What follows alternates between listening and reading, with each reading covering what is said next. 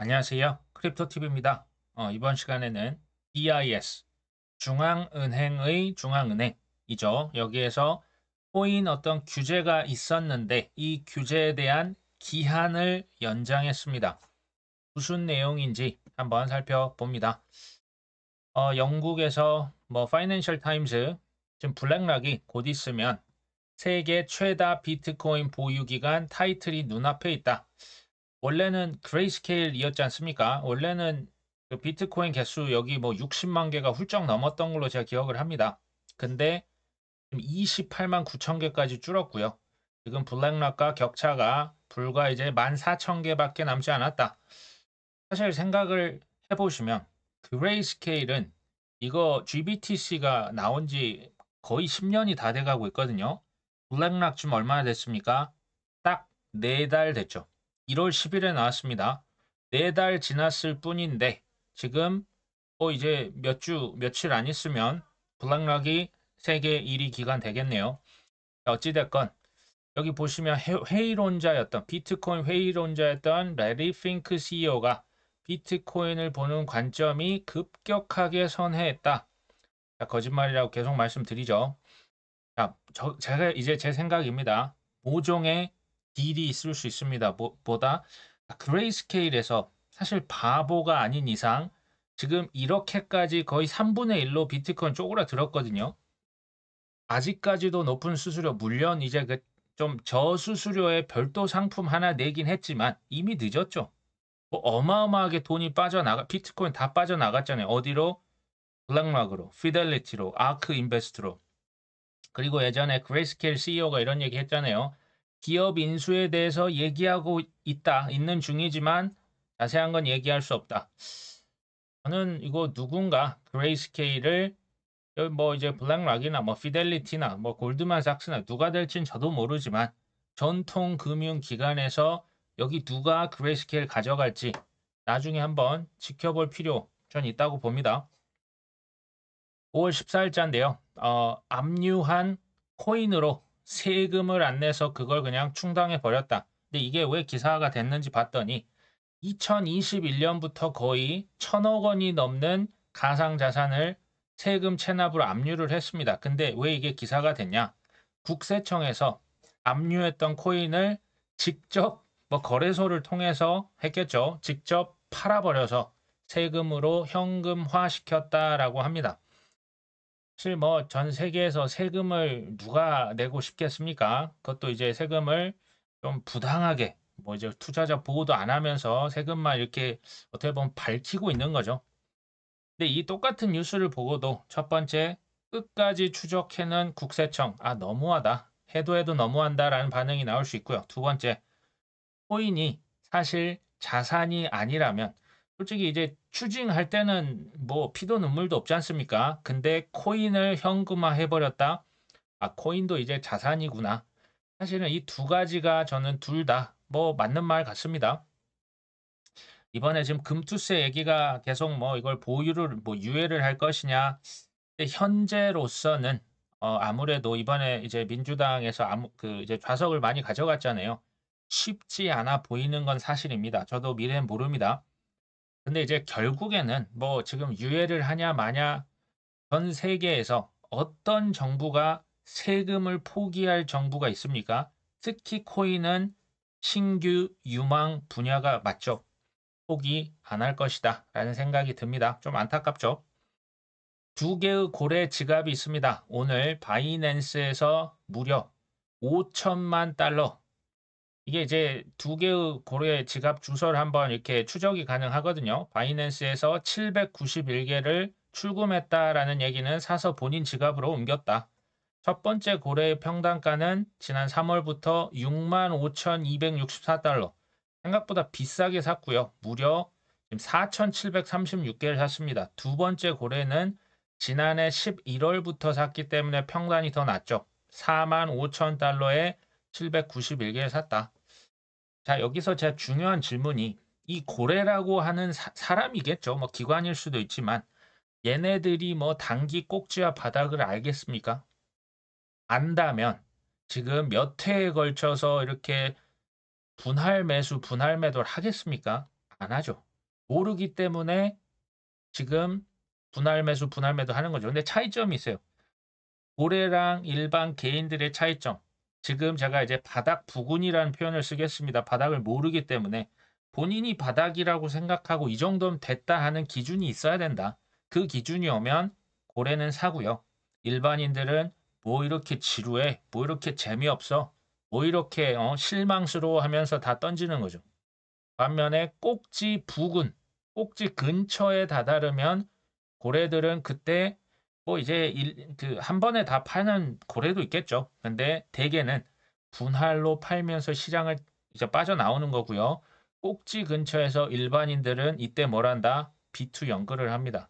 풀 매수를 한다. 우리는 이렇게 하면 안 되겠죠.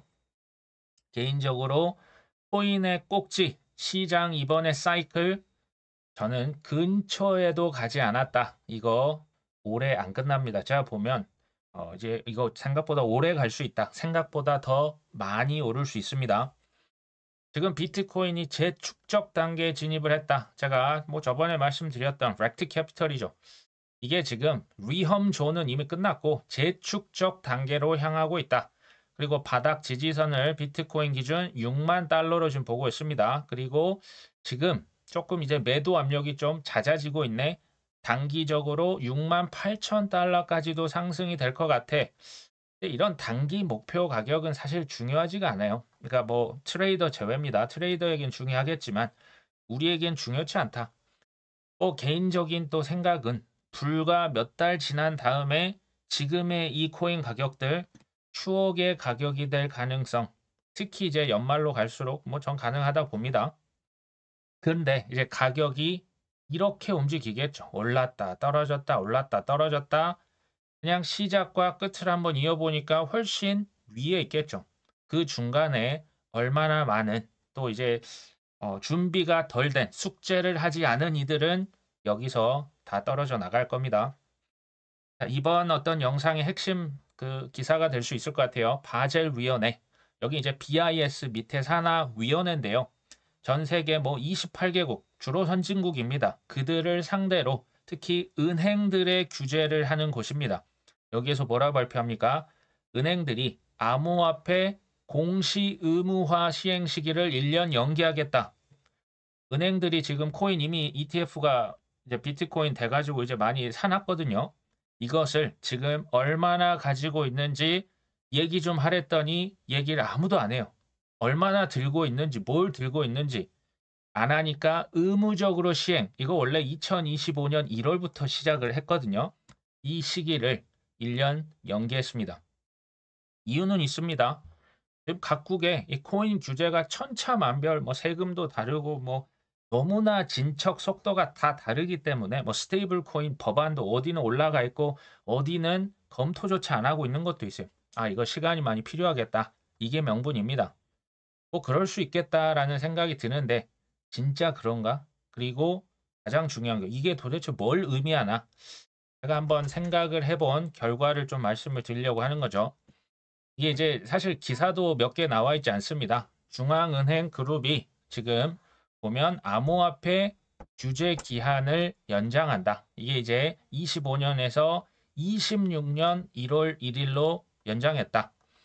일단 뭐 본인들이 하는 거기 때문에 굉장히 이 결정은 훌륭하다. 지금 다들 뭐 이렇게 얘기를 하고 있더라고요. 바젤 위원회가 이걸 결정한 것은 언제였냐? 2022년 12월 혹독했던 크립토 윈터의 최정점에서 이런 것들 이미 다 결정해놨네요.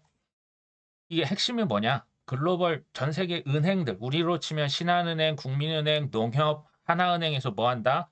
코인 살 수 있다. 근데 처음에는 자기 자본의 1%라고 했다가 그걸 2%까지 늘려줄게. 코인 조금 더 사도 돼. 이렇게 얘기했었고요. 두 번째, 2025년 1월이 되면 너 솔직히 말해 지갑 다 공개해서 비트코인, 이더리움, 뭐 XRP 뭐 들고 있는 거 다 한번 내놔봐. 다 보고해. 이 시점을 1년 연기했다. 원래는 25년이었는데 연기했다. 은행들이 2%까지 코인 매수 지금 중요한 게 지금 이 연기했다라고 하는 게 은행들이 지금 코인을 못 사는 게 아닙니다. 자기 자본의 2%까지 코인 여전히 살 수 있습니다. 의무 공시만 좀 뒤로 밀어줄게. 이 무슨 우리 입장에 생각해 보면요. 은행들이 어떤 코인을 얼마나 샀는지 알 권리가 1년 뒤로 미뤄졌다 이렇게 보시면 됩니다. BIS에서 뭐 이렇게 트위터 계좌도 있습니다. 무슨 얘기를 하나 봤더니 이 BIS 산하의 바젤 위원회 우리 good progress 잘하고 있어. 근데 바젤 3를 잘 실행하고 있어라고 지금 얘기를 하거든요. 바젤 3 하면 또 이제 머리가 아파지죠. 바젤 3, 바젤 4 이런 거 있는데요. 포기하시면 안 됩니다. 이게요. 코인과 연관성이 있습니다. 자, 바젤 3가 쉽게 말씀을 드리면 그 2008년도 금융위기 있었지 않습니까? 서프라임 모기지 사태 이후로 BIS에서 은행들 너희들 지금 위기가 있었잖아. 그러니까 최소 자본 요건을 늘리고 고품질 유동성 자산을 더 많이 보유를 하고 은행 레버리지 이거 이제 대출이라고 그냥 하겠습니다. 대출은 줄여서 은행 안정성을 도모한다. 뭐 좋은 의미예요. 명분이 잘못된 정책이 있습니까? 그러면 안 되겠죠. 자, 경제 위기를 방지하자는 차원에서 은행들이 자본을 더 쌓아놔. 좋은 자산들 쌓아놓고 레버리지 이런 대출은 줄여야 돼. 근데 이제 은행 자본을 뭐라고 표현했냐? 고품질 유동성 자산. 쉽게 품질을 높은데 쉽게 현금화 할 수 있어야 뱅크런에 너희들 대비할 거 아니야. 지금 이 얘기입니다. 근데 그 고품질 유동 자산에 미국의 국채, 영란은행의 국채, 유럽중앙은행의 국채, 그러니까 자국의 국채죠. 국채가 들어갑니다. 그리고 그 은행의 자사 주식도 여기 들어갑니다. 자, 두 번째, 레버리지 대출 좀 조금만 해. 좀, 그러니까 소위 말하는 돈 좀 싸놓고 있으라는 얘기였는데 이 말을 뒤집습니다. 언제 뒤집었냐? 코로나19 위기 시기에 뒤집었습니다. 명분이 그때 뭐였냐? 이게 지금 미국의 연준 얘기하는 건데요. 지금 비상시국인데 무슨 대출을 감소가 아니고 풀로 대출에 가지고 있는 것 전부 다 심지어 그 이제 지급 준비금이라고 하나요? 그것을 거의 0%로 낮췄던 걸로 제가 기억을 합니다. 말을 바꿨던 전력이 있습니다. 어찌 됐건 이 바젤 4는 뭐냐면요. 그러니까 크게 보면 똑같은 연장선인데요. 2025년 그러니까 내년 1월부터는 유럽에서 은행들이 또 25년 6월 7월 달에는 미국과 영국 즉 이제 선진국의 은행들이 각국 은행들이 바젤 4에 의거해서 자국의 국가 채권을 강제로 더 많이 매수를 해야 됩니다. 이게 아까 뭐였다? 그 퀄러티 높고 쉽게 유동화, 현금화할 수 있는 자산을 많이 보유해. 뱅크로 나올 수 있잖아. 자, 그게 뭡니까? 국채를 산다라는 것은 이것을 담보로 뭘 하겠다? 돈을 찍어내겠다. 무슨 얘기입니까? 유동성 랠리, everything 랠리가 내년에 크게 또 올 수 있다라는 개연성이 나옵니다. 물론 올해도 오를 수 있습니다. 올해도 오르겠지만 저는 소위 말하는 물 들어오는 시즌은 저는 내년이라는 생각이 이걸 보면서 많이 들었고요. 은행에서 코인 보유 의무 공시 이게 1년 유예하는 거 의미가 결국 뭘까요? 각국의 정부가요. 제가 보니까 실제로 미국 따르고 유럽 따르고 싱가포르 따르고 두바이 따르고 중국 따르고 일본 따릅니다. 다 따로따로 놀아요. 지금 세금도 그렇고 이 쉽지 않습니다. 이게 생각보다 골머리를 앓을 수 있습니다. 근데 은행들 입장에 생각해 볼까요? 코인을 매수할 수 있는 시간을 더 주는 격입니다. 왜요? 의무 공시 안 해도 되니까. 그것보다 자기 자본 2%보다 더 많이 사도 공시 안 하는데요, 뭐. 그러니까 이 쉽게 말하면 약간 그 유예 기간 준다. 뭐 이렇게 보시면 돼요. 유예 기간이 늘어난 거죠. 처음에는 BIS에서 은행들에게 코인 보유 당연히 허용 안 했죠. 지금 장난하냐 했다가 갑자기 2022년 7월 달 그 테라루나 사태 이후에 자기 자본, 그러니까 자기 자본의 1%까지 코인 살 수 있어. 그러다가 5달 지나서 22년 12월에 2% 코인 더 사도 돼. 이렇게 말을 계속 바꿨었습니다. 자, 세 번째, 향후에 제가 그때 했던 그 작년부터 들으셨던 분들 아마 기억하실 거예요. 은행들이 자기 자본의 2%가 아니라 제가 볼 때 3, 4, 5 혹은 그 이상으로 코인 매수 나중에 말 바꿀 수 있는 가능성 있을 것이다. 전 지금도 유효합니다. 이렇게 뒤로 밀어놓고 은행들 코인 조금 더 사도 될 것 같은데 라고 말 바꿀 수 있다. 그 얘기는 사실 코인 시장에 어떻게 보면 좋은 얘기가 될 수 있습니다. 자, 이게 우리들 개인에게 의미하는 또 그게 중요하겠죠. 내년 말까지도 코인 랠리가 이어질 수 있는 가능성 저는 더 커졌다라고 봅니다. 그러니까 지금부터 내년 말이죠. 25년 말까지 더 많은 폭등과 폭락이 가능하겠다. 자, 이 기회를 잘 활용하면 소위 말하는 인생 역전할 수 있는 개인들 전 더 크게 나올 수 있다라고 봅니다. 단 훨씬 더 많은 개인들은 이번에도 더 많이 쓰러질 것으로 예상을 합니다. 자, 은행 입장에서 한번 생각해 보겠습니다. 25년까지 원래는 이게 내년 1월부터 당장 코인 몇 개 들고 있어. 자기 자본의 2% 이상 못 삽니다. 공시하는 순간 바로 제재가 가해지거든요. 근데 이거 26년으로 밀어줄게. 어떤 일이 발생할 수 있을까요? 의무 공시를 안 해도 되기 때문에 코인을 왕창 샀다가 이제 25년 오르겠죠. 그때 코인들 다 팔고 돈 벌 수 있다라는 얘기예요. 26년이 됐다? 그때 이미 소위 말하는 폭락이 일어나고 하락이 일어났을 때는 아, 나 코인 얼마 없는데요? 축소. 그냥 거짓말이 아니죠. 실제로 코인을 많이 팔고 그 이익을 남긴 다음에 이렇게 보고를 할 수가 있는 거죠. 이론적으로 전혀 문제가 없습니다. 법적으로 문제가 없다. 근데 주의하실 게 있습니다. 은행은 뭐 자산운용사 마찬가지입니다. 시세 차익으로 돈을 번다, 수수료로 돈을 번다. 시세 차익 아니에요. 그러면 수수료라고 하는 것은 근데 그럼에도 불구하고 더 많이 샀다 팔았다. 더 많이 오르면 사람들 당연히 더 많이 사겠죠. 기관이고 개인이고 더 많이 살 것이다. 여기서 돈을 은행이 훨씬 더 많이 벌 수 있다. 그러니까 쉽게 말하면 25년 불장에 코인 은행들이 자산운용사가 보험사가 코인 무제한 보유가 가능한 거예요. 이게 법에 저촉되는 게 없다니까요. 핵심은 뭐다? 수수료 장사하는 거예요. 샀다 팔았다 뭐 무제한 보유했다 나중에 다 팔고 개인도 뭐 가격 떨어지면 다 팔 거 아닙니까? 사이클이겠죠. 그래서 관계가 없을 것이다. 코인 보유는 의무 공시는 2026년 한 1월부터 시작을 하면요. 일반인들은 거의 한 3월쯤 돼야 누가 얼마 갖고 있다를 알게 될 겁니다. 그 이제 불장에서 수수료 장사 다 한 다음이니까 뭐 상관이 없는 거죠. 사실 5월 15일까지 해서 그 SEC의 13F 보고서 이거 다 지금 제출하고 있거든요. 캐나다의 가장 오래된 은행 몬트리올 은행에서 비트코인을 다수 보유하고 있고요. 스위스에서 제일 큰 은행 중 하나가 UBS입니다. 여기에서도 블랙락 ETF, JP 모건, 프랑스에서 제일 큰 은행이 BNP 파리바입니다. 여기도 비트코인, 웰스파고 미국에서 4위 은행이고요. US 뱅코프 엄청 큰 은행입니다. 로스차일드도 비트코인 ETF, 뭐 보험사 이게 굉장히 큰 보험사인데 매스뮤추얼도 ETF. 이거 한번 쭉 나열을 해봤더니 현재 13일 기준 이미 블랙락 비트코인 현물 ETF한 보유 기업만 250곳. 여기 지금 블랙락만입니다. 뭐 피델리티는 136곳, 비트와이즈 60곳, 아크인베스트는 42곳. 또 어떤 회사는요, 뭐 수천억을 그냥 비트코인 뭐 여러 가지 나눠서 샀다고 합니다. 그러면 이제 금방 드는 생각은 이거죠. 근데 코인 가격은 왜 이 모양이야?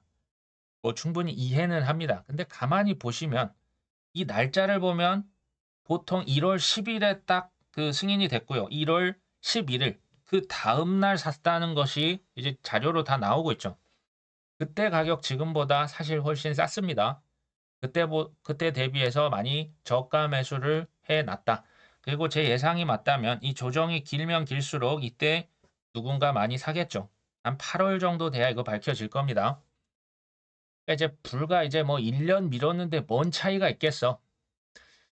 이제 만약에 내년 1월 달에 은행들이 의무 공시를 한다? 저는 코인의 상승폭 자체가 더 줄어들 수 있다는 생각이 듭니다. 왜냐하면 은행이 자기 자본 2% 이상 못 산다니까요. 이렇게 되면 살 수 있는 코인, 은행에 이제 보관을 우리가 보통 하고 ETF 형태로 기관들은 다 사지 않습니까?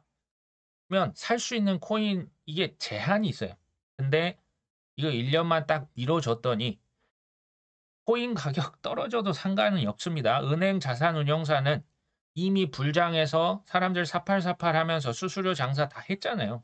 그리고 26년 3월 글쎄요. 그때까지 불장이 이어질 수도 있겠지만 폭락이 뭐 세상에 하늘 뭐 달나라까지 계속 가는 자산은 세상에 없지 않습니까? 그때 사람들 다 팔면 그 2% 미만 그 기준을 잘 충족시킬 겁니다. 그러면 뭐 코인 가격이 떨어지든 올랐든 수수료 장사는 이미 다 했겠다. 그리고요. 뭐 이 코인 규제 시기가 이 유예가 된다는 것은 SEC가 시간 더 끌 수도 있다라는 얘기가 될 수도 있지 않을까요? 그리고 뭐 비트코인은 됐는데 지금 뭐 이더리움, 솔라나 뭐 여러 가지 다른 이제 알트코인 현물 ETF 이거 시간이 많이 소요되는 거 아니야? 라는 생각도 한번 해봤습니다. 사실 은행이나 뭐 기관 투자자, 자산 운용사는요. 이런 뭐가 됐든 현물 ETF가 없으면 사실은 매수가 불가능합니다. 왜 그럴까요? 합법적인 규제, 그러니까 뭐 오일머니다, 국부펀드다, 연금펀드다는요. 그 규정이 굉장히 타이트해요. 합법적인 규제 상품이 아니면 그러니까 쉽게 말하면 업비트에서 절대 못 삽니다. 그리고 세금에 대한 이슈도 복잡해요. 그리고 편의성이 제공이 돼야지. 이거 거래소로 하면 이거 세금 신고 어떻게 할 겁니까?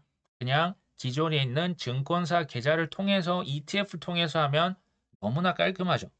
또 이거 뭐 해킹되면 보관 안정성이 있어야 되잖아요. 여러 가지 이유로 ETF 외에는 매수 자체가 거의 불가능하다. 그렇게 치면요.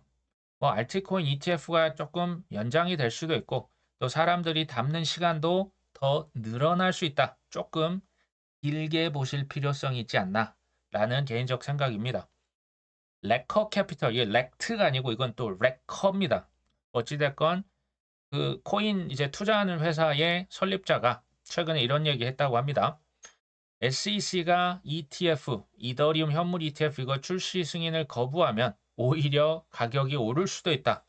근거가 뭔가 해서 봤더니요.